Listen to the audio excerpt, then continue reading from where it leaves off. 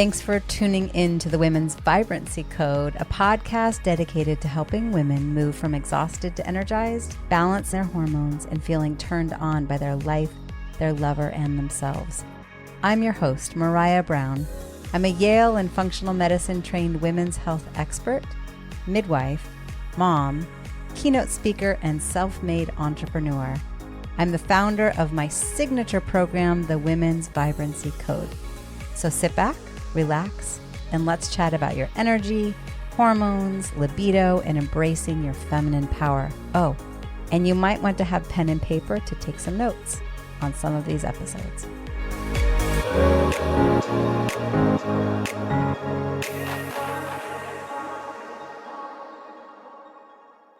I wanted to kind of dig into, I get so many questions around libido, particularly for women 35 and older. They're saying, I don't want to be touched. I'm stressed out. I don't know what happened to my libido. And I often say, well, is it that you're not turned on? Or is it that you're not turned on by what's being offered to you? And so I just wanted to go over 4 myths and 6 solutions. For those of you listening in the Women's Vibrancy Code podcast, hello.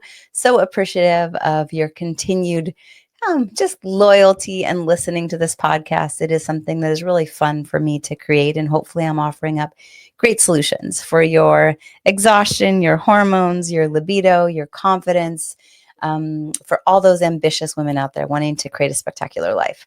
Okay, so let's first dig into 4 myths. Myth number 1, sex ed was not education. Or I guess the myth would be sex ed was education. Myth number 2, it's just your hormones. Myth number 3, women don't have options. And myth number 4, it's just part of aging and gets worse as you age. Let me bust all those myths.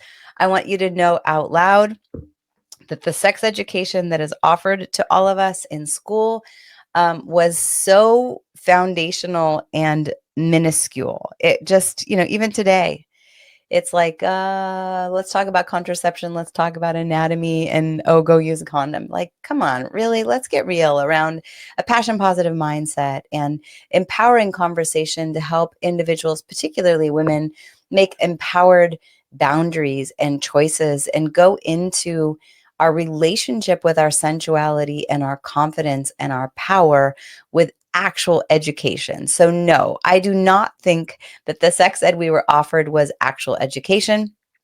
To the myth around it's just your hormones. Yes, hormones play a role. I'm going to dig into what hormones do and some things that we can do about it, but also help you understand that there's so much more around libido and passion and sensuality, not just your hormones.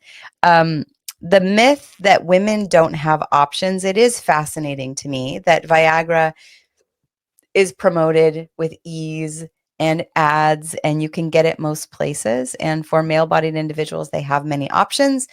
And yet, when it comes to women having access to the equivalent, testosterone has not been approved in the US. We often can't even talk about it. I have been shut down in Facebook, shut down in TikTok, shut down in LinkedIn. I don't remember if Instagram has shut me down, just simply using the word libido around feminine sensuality. And, many women are just simply using Viagra, but they're wanting other solutions. And so when the myth that women don't have options, it is a myth. Okay. Women do have options, but I do want to really highlight that I think there is some discrimination at play. And I don't think women have access to as many options as men. And there's definitely not the ease to have this conversation like there is to have the conversation around male libido. And then the 4th myth is it's just simply part of aging and gets worse. I can't tell you how many women clients and male clients, to be honest, but I mainly work with women, how many women clients go through their 40s, their 50s, their 60s, their 70s, and even their 80s, having a healthy, robust, passion positive experience. And to just say, oh, it's just part of aging. It's what you experience, both for men with erectile dysfunction as well as women, just expecting that as we get older, our libido goes down. Let me tell you, it is absolutely a myth. There is so much that you can do. And I work with many women that end up having an even more spectacular, more empowered, more juicy, more creative, more expansive experience of their libido as they go through perimenopause, menopause, and beyond. So those are 4 myths. They have been busted. Now let's go into some solutions. Okay. So, number one solution I want you to know in the context of libido is that yes, hormones play a role, but the brain is actually the largest player here. Okay. When I said earlier, is it that you're not turned on, or is it that you're not turned on by what's being offered to you? That is a really important distinguishing factor. Okay. Stress levels play a ginormous role. There is a reason why you can be watching a movie and no one is touching you, and you can have palms sweating, heart racing, fear or turn on. Okay. It is happening in your brain, my friend. And our turn on, especially for female bodied individuals, um, plays one of the largest roles. Our experience with passion, having a passion positive mindset, okay?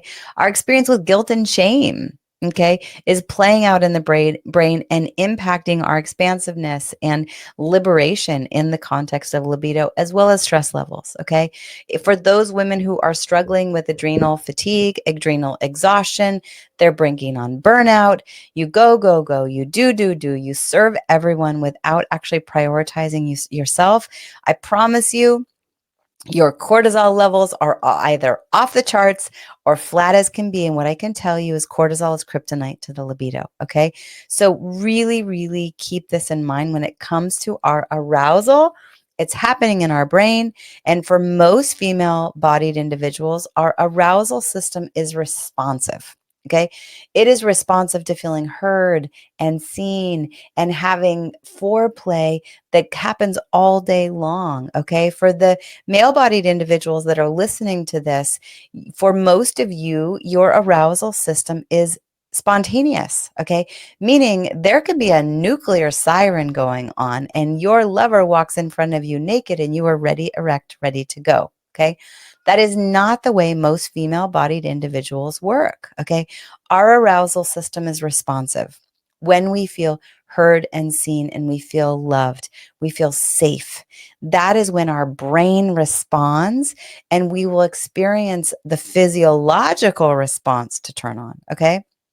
So, one thing that you might consider in this conversation, I'm a big fan of both the love languages as well as erotic blueprint. So, a great place to start is do the quiz, it's free. Of the 5 love languages, which one is yours? And of the erotic blueprint types, which one is yours? With erotic blueprint, when you just do a Google search for erotic blueprint, there's a $17 quiz. You do not need to do that one. Scroll down to the bottom of the page, do the free quiz and find out what's your erotic blueprint. And how cool if you are in partnership or you have a partner, have them also fill out these quizzes and use it as a way to figure out, how do we connect? How do I communicate love? How do I most receive love? Okay. What are my turn ons from an erotic perspective? What are my partners? And how do we find ways to meet halfway? As an example, my love language is quality time. Okay. If I am with a friend or a lover or a community member or a family member and their love language is gifts, they may give me a gift, and that's their way of saying, I'm sharing my love with you. But that is pretty low on my love language list. And so I might not be necessarily hearing it as love, as I love you. Instead, if they carve out time on their calendar and we have one-on-one, deep, connected, present conversation, I'm feeling loved because it's my love language. Okay. So as we get to know in partnership and understand each other's love languages, it really helps, particularly for a female bodied individual, to address this responsive nature of our arousal, knowing that so much of it is experienced in our brains, to feel loved, to feel safe, okay? And to find new ways to communicate with one another, whether your love language is touch or words of affirmation or acts of service, right? Erotic blueprint. Mine is sensual. Okay. So it's easy for me to get distracted and get caught up in my head. All right. If there's a pile of laundry in the side of the room or there isn't nice smells and nice music, it is a little bit more difficult for me. Okay. Once in my marriage, we found out my husband's is energetic. Oh my gosh, I had no idea. That explains so much. For him, it's an esoteric, spiritual experience. And I often didn't relate until we did our erotic blueprints. And then we go, oh, okay, how do we better understand one another? And how do we better make shifts based on our partner's blueprint? So you can do the blueprint quiz. If you're in partnership, both of you do it. Watch the quiz afterwards. If you're a shapeshifter, if you're sexual, whatever it may be, you go, oh my gosh, this makes so much sense. Now, how do I shift the way in which I create foreplay, or I plan a date, or I organize the room, right? Or I try to ask? You can make adjustments knowing your own blueprint as well as your partner's. And the other thing in context of our brain is when I say I want you to be turned on, I want you to be turned on by your life, your lover, and yourself, right? I want you to feel turned on by what you wake up to in the morning. I want you to feel turned on by the life that you're living, the career that you're building, the way in which you're existing in your skin, okay? To feel turned on by who you see in the mirror and how you look in the mirror, as well as your partner. So our relationship with our libido is not just around our sexuality and our partnership. It has everything to do with who we be and how we exist in the world and how we address the burnout that many people are brinking on. So get real with how much are you overdoing? And how much are you really pushing yourself too far? And we're going, okay, I'm brinking on burnout. Of course, you're welcome to reach out to me. I've done webinars just on burnout. We have so much content there. So just ask. Okay. Okay. So that's number one, some solutions. Number two solutions is let's talk about supplements. And I'll also, for number three, talk about nutrition and kind of link in supplements.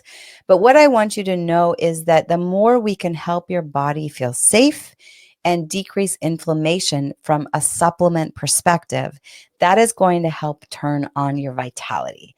It will help turn on your libido. It will help turn on your energy. Okay. So adaptogens, I talk about them all the time. Go back through my Women's Vibrancy Code podcast. There's been podcast episodes just on adrenal fatigue, just on adaptogens. You can grab my free adaptogen elixir recipes, make them, drink them, right? Make sure that it's an adaptogen, a protein source, a fat source, liquid to taste, nut milk and sweetener to taste. But what are adaptogens? Okay. They mainly come from the mushroom world, but also botanicals and herbs. They help the body better adapt to stress. Okay. Some adaptogens, specifically in the libido conversation, could be cordyceps for more stamina, shatavari for more juiciness. Obviously, addressing your sleep is going to go a long way. So, the adaptogens that are going to help support sleep, like green tea, dark chocolate in the evening hours, bringing in magnesium as a supplement perspective, lemon balm, maybe valerian root, maybe melatonin, really ensuring that we're supporting healthy sleep. And then from an anti-inflammatory perspective, are you adding in your encapsulated fruits and vegetable powders? I'm a big lover of Juice Plus, both the fruits, the vegetables, and the berries, as well as the vegan omegas.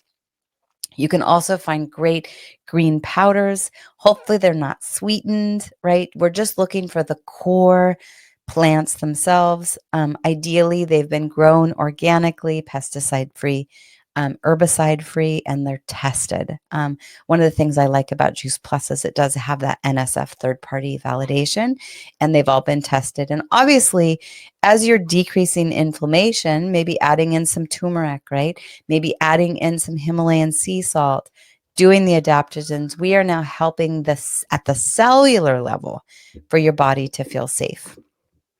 Okay, from a nutritional standpoint, same thing. We want to increase a lot of plants, a lot of anti-inflammatory foods, right? Every meal. Can you say I have at least 3 colors, and white, yellow, brown don't count unless the yellow is like a really bright banana or bell pepper, something like that.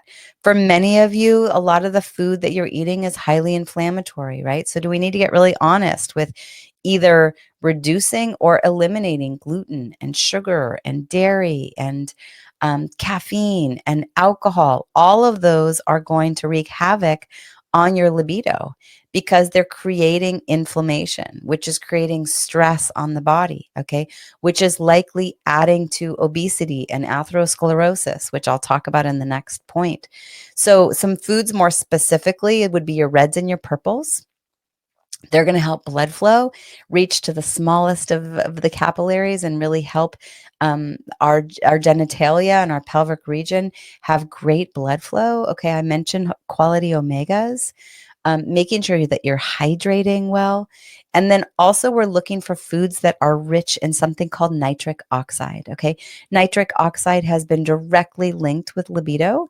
So, your dark leafy greens, your arugula, your kale, your beets, your pomegranate, dark chocolate, all of those things are going to really help activate and cultivate a stronger sense of libido. And then also, I love niacinamide as a supplement. So go back to solution number 2 and supplements.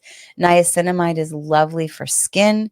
It's lovely for blood flow. I've also seen it make some pretty tremendous shifts when we're getting healthy nitric oxide. We're taking supplemental niacinamide. And then when I mentioned the Juice Plus, specifically the berry blend, both men and women have come back and gone, wow, it feels like there's this like subtle, not talked about kind of Viagra effect. One thing I do want to say about nitric oxide is in order for our body to absorb the nitric oxide, there's a couple things that are important and necessary. One is healthy bacteria in the mouth, and the second is healthy acid in the stomach. Okay, so for those of you that use the antiseptic mouthwashes, it's actually killing the healthy microbiome in your mouth. And now, if you are eating these amazing foods, your body won't be able to actually absorb the nitric oxide through your mouth. And so maybe just do those mouthwashes like once a week, and try other versions of mouthwash, and really just make sure you're flossing at least once a day, brushing. And then there are some great oral health, oral microbiome supplements out on the marketplace. Man, my water bottle is spilling all over the place. I got to put it down. My desk is soaked. Oh, hashtag real life. From a stomach acid perspective, those of you that struggle with heartburn and you're taking things like Nexium and Pepcid and Tums and Zantac and ranitidine and all of those anti-acid medications, I'm going to say please stop. Okay. The stomach acid needs to be there in order to absorb the nitric oxide. And what I would much rather is we address the gut dysbiosis and the heartburn from a more foundational standpoint. Okay. So reach out to me. Let's get a GI map. Let's look at your gut microbiome, and let's actually address the cause rather than continuing to put a Band-Aid on the symptoms. And there's some simple changes that you can make with your nutrition and your supplementation that's going to help the gassiness and the bloating and the heartburn and the reflux go away without having to take these over-the-counter medications that are blunting the stomach acid and now negatively impacting your libido. Okay, solution number 5 is obviously hormone optimization. It is a key point. I can't neglect it. But it's a lot of the hormones that we don't necessarily think of. Okay. So, of course, for women, your estrogen, your progesterone play a large player in libido. There's a reason why our libido tends to be stronger during what I consider springtime and summertime of a menstrual cycle, right? So, that's generally day like 6 to 16. And when we go into our fall time or our luteal phase or our PMS week, libido shifts because it's a more progesterone dominated time in our menstrual cycle. It doesn't mean it's not there. It just means our nutritional needs, our supplement needs, our nurturing needs, our socialization needs are different during fall than they are during spring and summer. And I've had recorded many podcast episodes on this topic specifically within the Women's Vibrancy Code podcast. But the other hormones at play that I'd like to touch on a little bit more in the context of libido is obviously testosterone. That's a really big player. I'll dig into that a bit. But serotonin, oxytocin, dopamine, cortisol, those hormones I think are sometimes neglected in the context of this conversation and just as much relevant for women as they are for men. Okay, so serotonin, that's our happy hormone. Okay, most antidepressants are selective serotonin reuptake inhibitors. We need serotonin to feel connected, to feel happy, to feel proud. Okay, 90% of our serotonin is produced in the gut. So go back to the last pointer. We have to look at our gut microbiome. Once again, reach out. Let's get your GI map. Let's meet. Let me and the team review it and give you some personalized support to get that healthy gut going. No more leaky gut, right? No more depleted gut. No more too much of the good stuff or not enough of the, or too much of the bad stuff, not enough of the good stuff, whatever it may be. We've got to have a balanced gut microbiome so that your body can produce healthy levels of serotonin. You also have to have quality protein intake. For those of you that are doing intermittent fasting, even though your eating window is shortened, that does not mean your protein intake needs are shortened. It just means you have to get more protein in a shorter amount of time span. So just really keep in mind, if you want a healthier libido, we've got to get quality protein into your body. My preference is meat sources like eggs, salmon, chicken, right? And there's some quality plant-based protein powders out there. For those of you that are vegan or vegetarian, of course, there's other options, but I tend to lean more towards meat-based protein, just as a heads up. Tryptophan also plays a role in serotonin levels and us feeling happy. So the healthy levels of tryptophan come from turkey and salmon. You can also supplement with 5-HTP, but we've got to have a healthy gut microbiome to actually utilize the supplementation. A perfectly ripe pineapple also, just so that you know, is a nutritional source of serotonin, and getting an ample body movement is going to help produce serotonin levels. Specifically, we're looking for weight-bearing body movement, HIIT training, that kind of thing. It's going to help serotonin production. It's also going to help testosterone production. Obviously, honoring our circadian rhythm and addressing correct light. Okay, so most of us have overexposure to blue light, especially in the afternoon. It's considered an endocrine disruptor. It is throwing off this balance of serotonin and tryptophan and melatonin and cortisol production.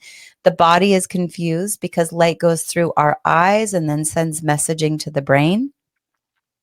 So we want natural sunlight on our eyes through our reticular activating system. No, not our reticular activating system, through our suprachiasmatic nucleus.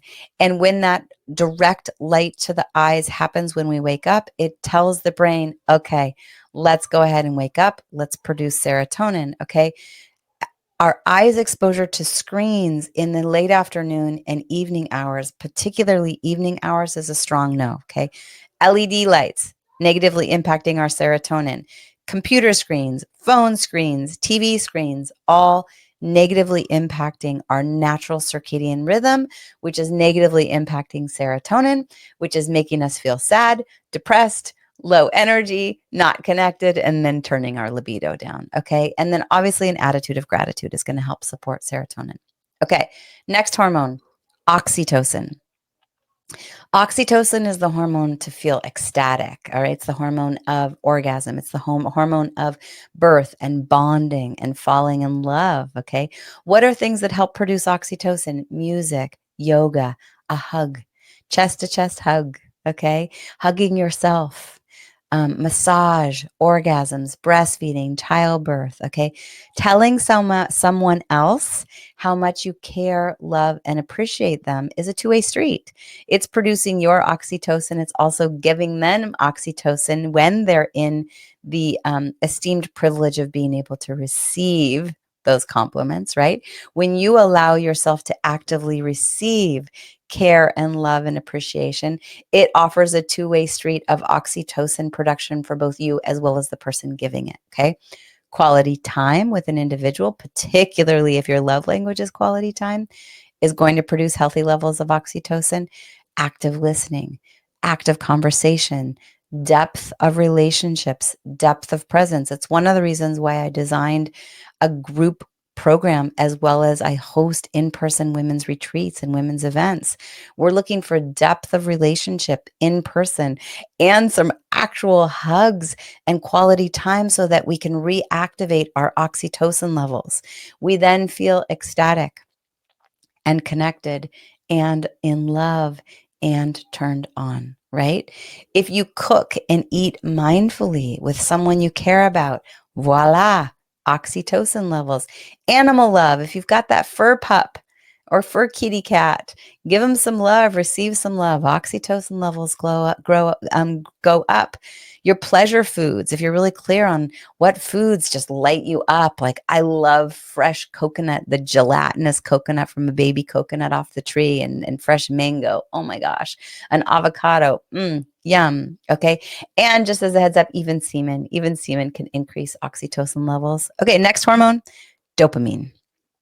Dopamine is a little bit of a double-edged sword. Okay. Dopamine is that hormone where you're going to feel productive. You're going to feel proud of yourself.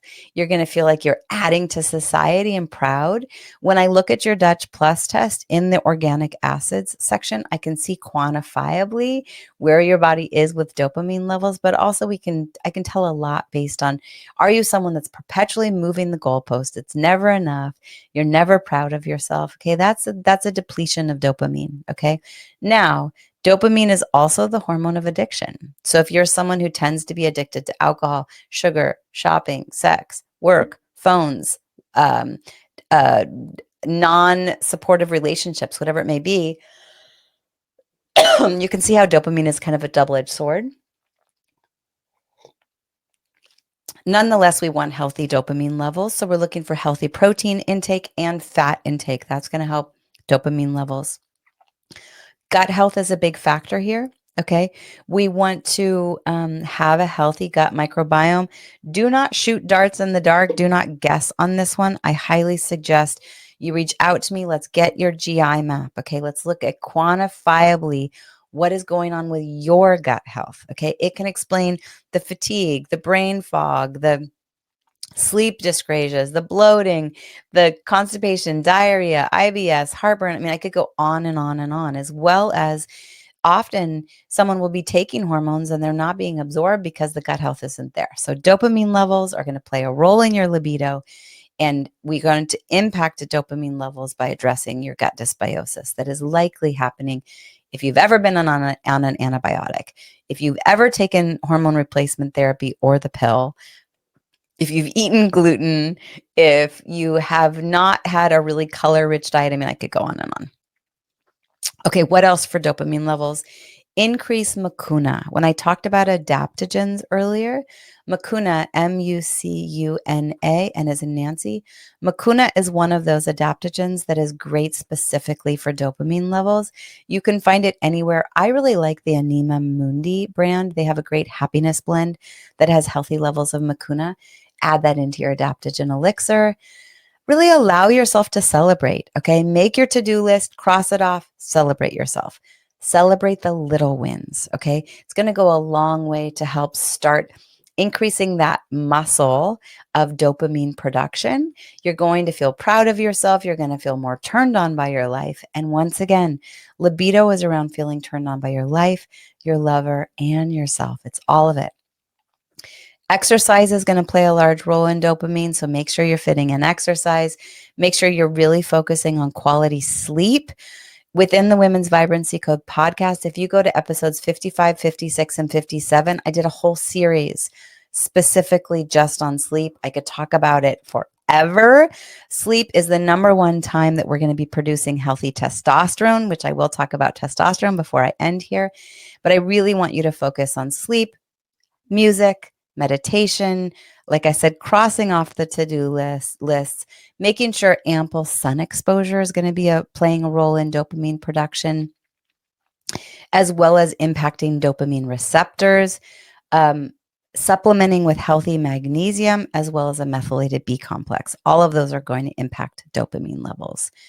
We want to keep your cortisol levels healthy. When I look at your Dutch Plus test, I want to see the cortisol awakening response. We should see a nice increase of cortisol in the morning, a dip down in the afternoon, and then healthy levels. Okay.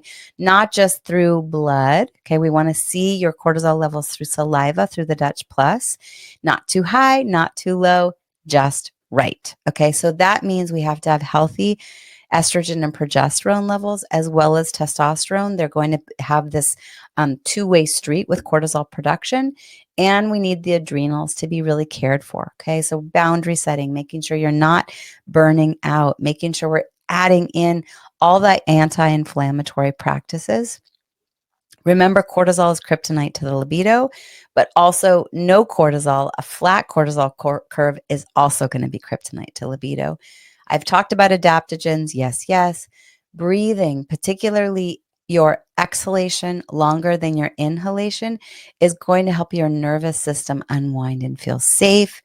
Blood sugar management, making sure that your blood sugars stay stable throughout the day. Okay, so not skipping meals, making sure quality fiber, fat, and protein with every meal. Wide variety of fruits, vegetables, and berries. Wide variety of color is going to go a long way in the conversation of cortisol. Laughter has been proven to help healthy cortisol levels. As little as, I think it's 30 seconds of laughter can can lift up cortisol levels and then help impact your libido. Limiting the access to news. What's going on in your eyes? You get to limit your social media that you follow. You get to limit the news you're exposed to. You get to really pay attention to the 5 people you spend the most time around. Do they lift you up, right? Do you want to emulate them? Okay. And the last solution is healthy testosterone levels. We want to increase your testosterone, which means making sure you're sleeping 8 to 9 hours a night. Okay. To know when testosterone spikes for a menstruating woman, that's during your ovulation time as well as right before you bleed. But we also have testosterone surging throughout the month. For male bodied individuals, you're having a spike of testosterone about every 30 to 60 minutes. It's very different. Okay. Weight bearing exercise is going to help increase testosterone. Ample quality protein and fat intake goes a long way. Making sure that you have healthy vitamin D levels. If you look at your serum, 25 hydroxy vitamin D, I want to see it between 60 and 80. Okay. So that often means supplementing with vitamin D as in dog and getting sunlight. Okay. It's this fine line. Of course, we want to prevent skin cancer, but niacinamide is going to help there. We need healthy sun exposure and that vitamin D for our hormones, for our libido, and for our testosterone levels. So you get to find your balance. Okay. Maca as a superfood and ashwagandha as an adaptogen are both going to be helpful in this testosterone production conversation. And obviously, I can't talk about testosterone without talking about the xenoestrogens and the endocrine disruptors that we're exposed to. Okay. So we want to reduce alcohol, making sure that we're conscious with the makeup and the beauty care products and that we're using to make sure that they are endocrine disruptor free. Okay. The endocrine disruptors or xenoestrogens are impacting our estrogen levels. They're also impacting testosterone levels, as well as plastics, right? So keep your water out of plastic, keep your food out of plastic. Don't touch receipts. They're filled with endocrine disruptors. And just, the main thing I want to end with is often women approach this conversation of libido often through the lens of it's often about what's for him, right? And often women are left unfulfilled. So it is okay for women to say, well, what about me? Right? Where is my pleasure? What do I enjoy? Where's my sovereignty and agency? If my pleasure allows to come first, knowing that my arousal system is responsive. Okay. Where do you find your confidence and your power and your big, bold requests and your big, bold voice in the midst of this? And the last solution outside of hormones is light, sound, and frequency treatment. I just want you to know that there are many solutions for women specifically. Okay. You can, and I've got some links. You're welcome to look at them. Red light therapy that can be intravaginal, you can do from the comfort of your own home. Sound wave frequency that's being done for both men and women to activate stem cell regeneration and cell regeneration in the pelvic region.